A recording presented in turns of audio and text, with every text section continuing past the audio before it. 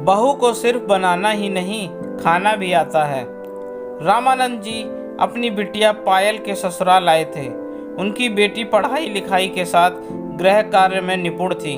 तरह तरह के व्यंजनों के साथ उसके हाथों की मिठाइयाँ की क्या कहने, खासकर गुलाब जामुन। अपनी बिटिया के हाथों के गुलाब जामुन के तो दीवाने थे रामानंद जी। पायल ने अपने पापा के आने की खबर सुनते ही गुलाब जामुन बनाना शुरू कर दिया। बाकी सारे काम तो पापा से बात करते करते भी कर सकती थी। रामानंद के आते ही पायल ने ढेर सारे गुलाब जामुन उनके सामने खाने को रख दी और उनके सामने बैठकर सब्जियां काटते हुए पापा से बातें भी करने लगी।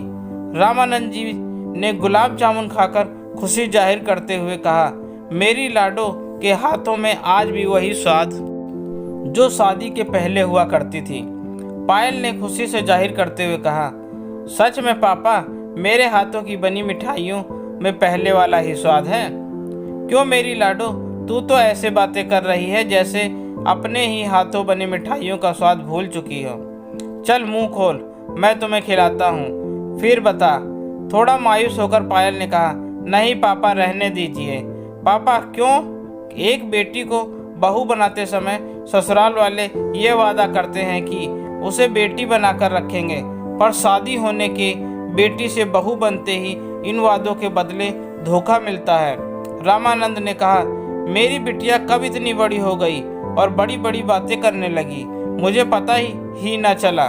उन्होंने पायल से सर पर हाथ रखते हुए कहा, बिटिया तू बहुत समझदार है पर दुखी है, और तू अपने दुख को, अपनी मनोदशा को अपने पापा को बताना भी नहीं चाहती, क्योंकि तू अपनी ससुराल की बुराई नहीं करना चाहती। बेटा, इसमें भी तुम्हारी माँ के दिए संस्कार ही झलकते हैं। औरों की खुशी के साथ तुम्हें अपनी खुशी का भी ख्याल रखना चाहिए, क्योंकि अगर तू खुश नहीं रहेगी, औरों की खुशियों का ख्याल कैसे रख पाएगी। धीरे धीरे तुम्हारा इन रिश्तों में दम घुटने लगेगा। बस मैं इतना ही कह सकता हूँ। पापा के जाने के बाद पायल के घंटों सोचा, सही तो कह रहे थे पापा कि खुद की खुशी का ख्याल शायद उसे खुद ही रखना पड़ेगा।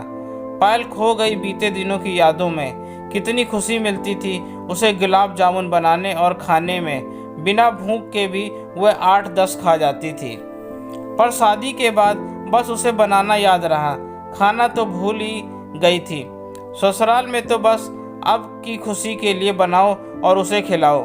किसी को भी पायल की खुशी का ध्यान ही नहीं रहता है कि भैया जिसने बनाया है उसे भी तो खाने का अधिकार, पर नहीं, सब तारीफ पे तारीफ करते जाते हैं और बिना गिनती के चट कर जाते हैं। अक्सर उसके हिस्से में खाली भगोना ही आता है और सासू माँ ऊपर से तारीफों की चाशनी ऐसे लगाती हैं कि पायल खुलकर बता भी नहीं सकती थी। बहू, तुम्हारे हाथों से बनाए गुलाब जामुन में इतना स्वाद होता है, किसी के हाथ रुकते ही नहीं। कोई नहीं, फिर बनाकर जी भर खा लेना। पर जितनी भी बार बनाया था उसके हिस्से में कभी एक टुकड़ा भी ना आया था। पर अब नहीं, वह अपनी खुशी का ख्याल खुद ही रखेगी। पायल ने छुट्टी वाले दिन ढेर सारा गुलाब जामुन बनाया और भगोना रखते ही उसने सबसे पहले खुद निकाला और खुद खाया। सासू माँ, पति, परिवार वाले उसका मुंह देख रहे थे। पायल ने मुस्कुराते हुए कहा, मम्मी जी, बहू सिर्फ तारीफें पाने के लिए नहीं बनाती। बहू को अगर बनाना आता है तो जाहिर सी बात है उसे खाना भी आता होगा। सब के सब चुप थे। आखिर कहते भी क्या, सही तो कह रही थी पायल। पायल ने आज ससुराल में पहली बार जी भर के गुलाब जामुन खाया था। बनाया तो उसने ना जाने कितनी बार था। सच में अपनी खुशियों का ख्याल खुद ही रखना पड़ता है।